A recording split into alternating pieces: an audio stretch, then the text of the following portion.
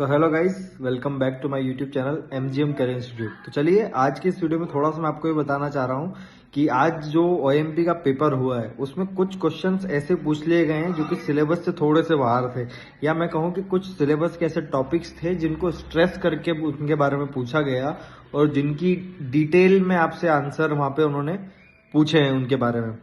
तो केमिस्ट्री का कल पेपर है बहुत सारे बच्चों का, और आगे लीनियर अलजेब्रा का भी पेपर है। तो मैं यही आपको समझाना चाह रहा था कि आप जो सिर्फ पीवाईक्यू का रट्टा लगाकर बैठे हुए थे और आप सिर्फ वो पीवाईक्यू मांग रहे थे, तो उस बात को आप दिमाग से थोड़ा सा हटाने की कोशिश करो। मैं आपको समझा रहा था, शायद आपको समझ भी आई होगी कि सिर्फ आप अगर ये सोच रहे हैं कि पिछले साल का पेपर कर जाएंगे और आपके अच्छे नंबर आ जाएंगे, तो ऐसा पॉसिबल नहीं होगा। क्योंकि आप खुद ही दिमाग लगाओ, अगर सेम पेपर दे देगा कोई तो उसका सेंस क्या रहेगा एग्जाम का। बहुत सारे बच्चे क्या है कि ये सोच के बैठे थे कि एंड सेमेस्टर के उस एग्जाम के पहले हम सिर्फ पीवाईक्यू कर लेंगे और एंड सेमेस्टर में 60 में से 40 के ऊपर हम स्कोर कर लेंगे।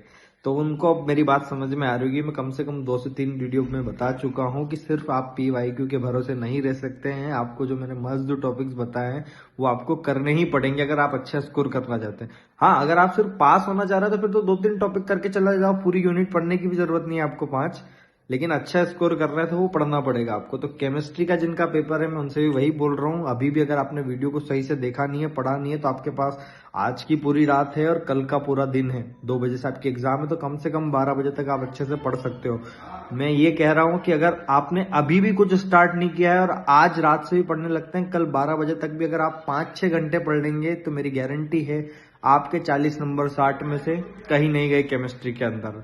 अब केमिस्ट्री की एग्जाम हो जाएगी, उसके बाद बची लीनियर अलजेब्रा की। लीनियर अलजेब्रा के अंदर ये मुझे अच्छे से पता है कि बहुत सारे बच्चों को यूनिट 3, 4, 5 में यही पता नहीं है कि उसमें सिलेबस में क्या है और हमें कैसे उसको पढ़ना है, क्या करना है। तो मैं उसकी भी वीडियो अपलोड कर चुका हूं एंड सेमेस्टर की सीरीज में।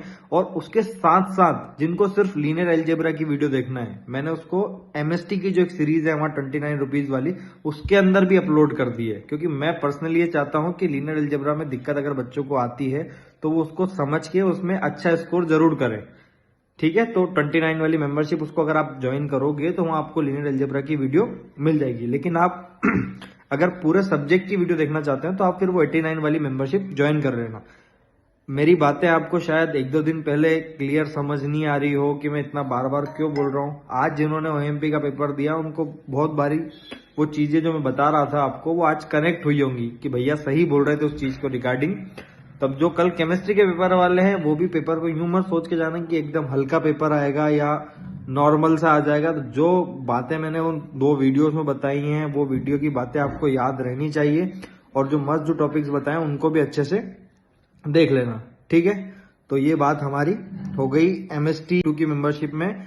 लीनियर अलजेब्रा की जो वीडियो अपलोड कर दी है, जिसको आप सिर्फ 29 रुपीज की मेंबरशिप लेके देख सकते हो। और भी अगर कोई भी बात होगी या रिलेटेड होगी आपके एंड सेमेस्टर से कोई भी इंफॉर्मेशन, तो मैं वहां शेयर करता रहूंगा।